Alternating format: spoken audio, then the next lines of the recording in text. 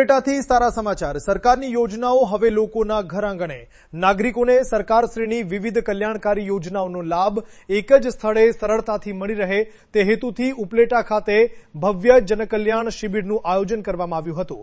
આ શિબિરમાં વિવિધ સરકારી વિભાગોના અધિકારીઓએ ઉપસ્થિત રહી લાભાર્થીઓને સરકારની યોજનાઓ અંગે વિગતવાર માર્ગદર્શન આપ્યું હતું અને જરૂરી માહિતી પૂરી પાડી હતી।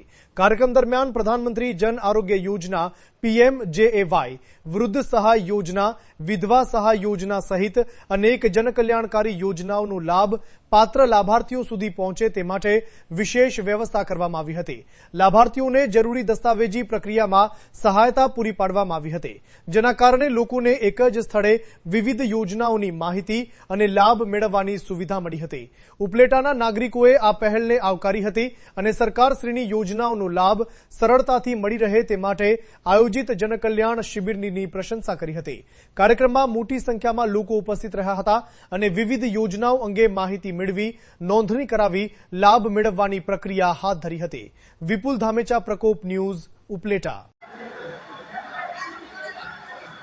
નમસ્કાર, મારું નામ નિમ્બારી આજે ઉપલેટા નગરપાલિકા દ્વારા આયોજિત જન કલ્યાણ શિબિર 2026 અંતર્ગત વિવિધ યોજનાઓનો લાભાર્થી સુધી વિવિધ યોજનાઓની માહિતી પહોંચે એ હેતુથી આ એક કાર્યક્રમ કરવામાં આવેલો છે, જેની અંદર નગરપાલિકા દ્વારા ICDS રાખવામાં આવેલું છે, જેમાં અમે વિવિધ યોજનાઓ પ્રોવાઈડ કરીએ છીએ। સરકાર દ્વારા જે યોજનાઓ આપવામાં આવે છે એમાં ICDS તરફથી શું સેવા છે એના વિશે માહિતી અને પ્રચાર પ્રસારનું આયોજન કરેલું છે, જેમાં અમે વિવિધ સેવાઓ આપીએ છીએ, જેમ કે DHR યોજના છે, MFY યોજના છે, આરોગ્ય યોજના છે અને બાળકોને પૂર્વ પ્રાથમિક શિક્ષણની યોજના છે, જેનો અમે સ્ટોલ મૂક્યો છે અને બાળકોને પૂર્વ પ્રાથમિક શિક્ષણ કઈ રીતે આપવામાં આવે છે તથા વિવિધ પ્રકારના સ્કોપ છે, વિવિધ પ્રકારની રમકડા છે અને યુનિફોર્મ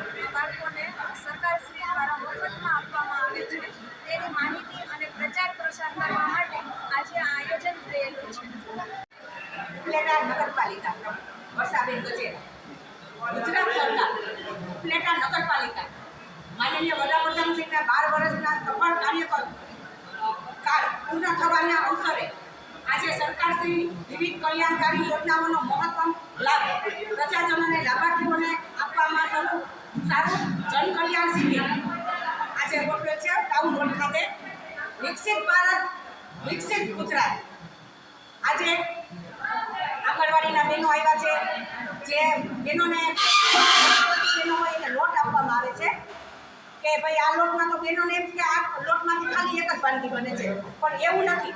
લોટમાંથી બહેનો ઢોકળા બનાવી આવ્યા છે, પાક બનાવ્યા છે, લાડવા બને છે, થેપલા, પુડલા, પરોઠા, અનેક વિવિધ વસ્તુઓ બને છે। જેવી કે એવી જ રીતે આપણે જે રાશન કાર્ડમાં બહેનોને રાશન મળે છે તો એમાં આપણે સાઇન કરવી પડતી હતી, સિક્કો અંગૂઠાનો અંગૂઠો મારવો પડતો હતો, એ પણ આજે અહીંયા અમે મૂકેલું છે કે ડિજિટલ કોમ્પ્યુટર દ્વારા થઈ જશે।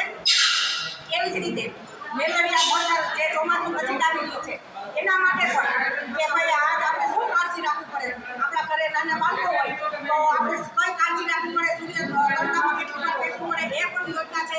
એવી વિવિધ યોજનાઓ આજે અમે રાખેલી છે ટાઉન હોલ ખાતે અને મોદી સાહેબને શાસનને 12 વર્ષ પૂર્ણ થતા કે મોદી સાહેબનું તંદુરસ્તી સારી રહે, લાંબુ આયુષ્ય આપે, એ અમારા બહેનોની માંગ